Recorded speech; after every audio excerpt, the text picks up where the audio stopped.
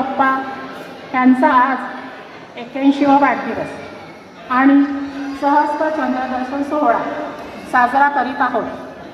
सहस्त्र चंद्रदर्शन सोहळा म्हणजे केवळ 1000 पौर्णिमेचे चंद्र पाहिले असे नाही.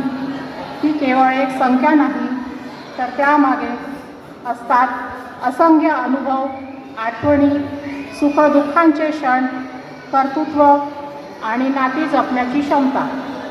पप्पांचा स्वभाव अगदी साधा व सरळ आहे, पण त्यांच्या साधेपणामागे एक अपार भावनिकता आहे. त्यांनी आम्हाला केवळ जगायला नाही, तर एक माणूस म्हणून जगायला शिकवले.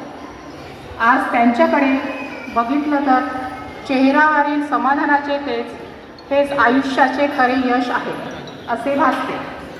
पप्पांना इतरांना मदत करायची असेल तर ते मागे पुढे न बघता धावून जातात. नाती त्यांच्यासाठी फार महत्त्वाची आहे.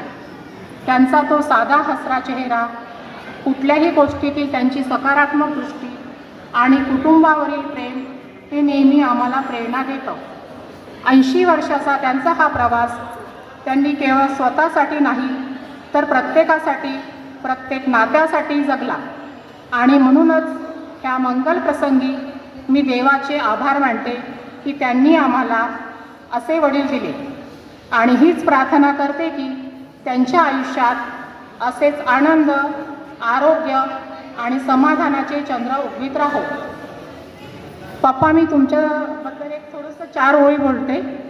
नाते मनाचे मनाशी असू दे, माया आपुलकीचा स्पर्श असू दे, असेल सुख जर आमच्या नशिबी, त्याचा वाटा तुम्हाला मिळू दे.